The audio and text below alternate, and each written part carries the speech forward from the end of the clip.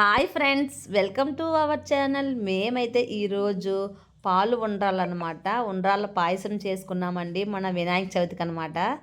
చాలా అంటే చాలా టేస్టీగా, చాలా సింపుల్గా చేసుకున్నామన్నమాట. Super taste. ముందుగా అయితే నేనైతే ఒక గిన్నె పెట్టుకున్నానండి. ఆ గిన్నెలో అయితే 2 గ్లాసులు వాటర్ అయితే వేసుకున్నానండి. నేను పక్కా కొలతలతో చూపిస్తున్నాను అనమాట. దానిలోనే ఒక అర స్పూన్ అయితే సాల్ట్ వేసుకుంటున్నాను. వాటర్ మరిగాక అందులోనే కొంచెం బెల్లం అన్నమాట. ఒక 2-3 స్పూన్ల బెల్లం అయితే వేసుకోవాలండి.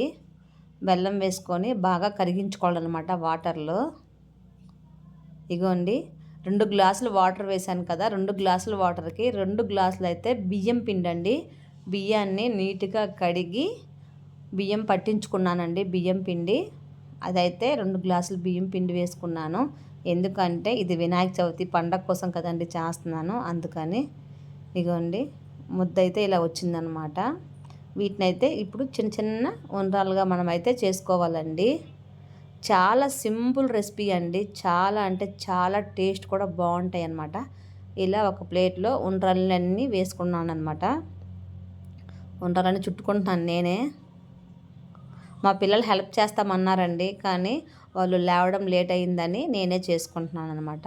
ఇంకొక బౌల్ పెట్టానండి. అందులో అయితే ఒక 2 గ్లాసులు అయితే వాటర్ వేసుకున్నాను.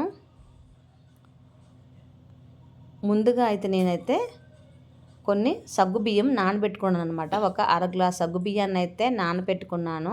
నేను చిన్న సగ్గుబియ్యం అయితే తీసుకున్నానండి. అవి ఈ వాటర్లో వేసేసాను. అవి కొంచెం ఉడుకుతున్నప్పుడు నేను చుట్టుకున్న ఉండ్రాలు కూడా వేసుకున్నాను అనమాట. కొంచెం ఉండ్రాలు కూడా ఉడికితే టేస్ట్ అయితే చాలా బాగుంటుందన్నమాట. ఇదిగోండి, ఇప్పుడైతే ఉండ్రాలు అలాగే సగ్గుబియ్యాన్ని అయితే మనమైతే బాగా ఉడికించుకోవాలన్నమాట. హై ఫ్లేమ్లో కాకుండా సిమ్లో పెట్టేసుకొని ఉడికించుకోవాలన్నమాట. అందులోనే బెల్లం అండి, 2 గ్లాసుల బియ్యం పిండికి 2 గ్లాసుల బెల్లం అయితే వేసుకున్నాను, తురుముకున్న బెల్లాన్ని అయితే. ఇప్పుడైతే డ్రై ఫ్రూట్స్ అనమాట అన్నీ వేయించుకుంటున్నాను. దానిలోనే పచ్చి కొబ్బరి కూడా వేసుకుంటున్నాను అనమాట. ఇదిగోండి, ఉడుకుతున్నాయి కదా, బెల్లంలో ఉడుకుతున్నాయి. ఇప్పుడు మనము డ్రై ఫ్రూట్స్ అన్నీ వేయించుకున్నాము. అందులో కొబ్బరి కూడా వేసుకొని వేయించుకుంటున్నాను అనమాట. ఇదంతా నేనైతే నేతిలో అయితే వేయించుకున్నానండి. అదంతా ఇప్పుడు ఇందులో వేసేసుకోవాలన్నమాట. ఇందులో అయితే ముందుగా పాలు అయితే వేసుకోకూడదండి. పాలు ముందుగానే మరగబెట్టి చల్లార్చుకోవాలన్నమాట, లేకపోతే పాలు ఇరిగిపోతాయని. చూసారా, ఉడుకుతున్నాయి కదా. ఇదిగోండి, ఇలా దగ్గరికి అయిపోయాక మనమైతే కాచి చల్లార్చిన పాలు అయితే ఇందులో వేసుకోవాలండి. టేస్ట్ మాత్రం అదిరిపోతుందండి. ఒకసారి మీరు కూడా తప్పకుండా ట్రై చేయండి ఫ్రెండ్స్. అలాగే మా వీడియోకి లైక్ చేసుకోండి, మా ఛానల్ని కూడా సబ్స్క్రైబ్ చేసుకోండి ఫ్రెండ్స్. చూసారా, ఇలా మొత్తం నీట్గా అయితే కలుపుకోవాలన్నమాట. ఒక 5 మినిట్స్ ఇలా పాలు కూడా వేసినాక ఉడికించుకోవాలన్నమాట.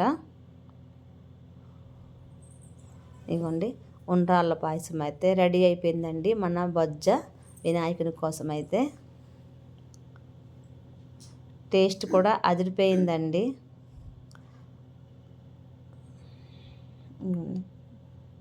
దగ్గరకు అయిపోయింది కదా. ఇంతేనండి ఉండ్రాళ్ళ పాయసం. చాలా సింపుల్ కదండి. టేస్ట్ కూడా అంతే బాగుంటుందన్నమాట.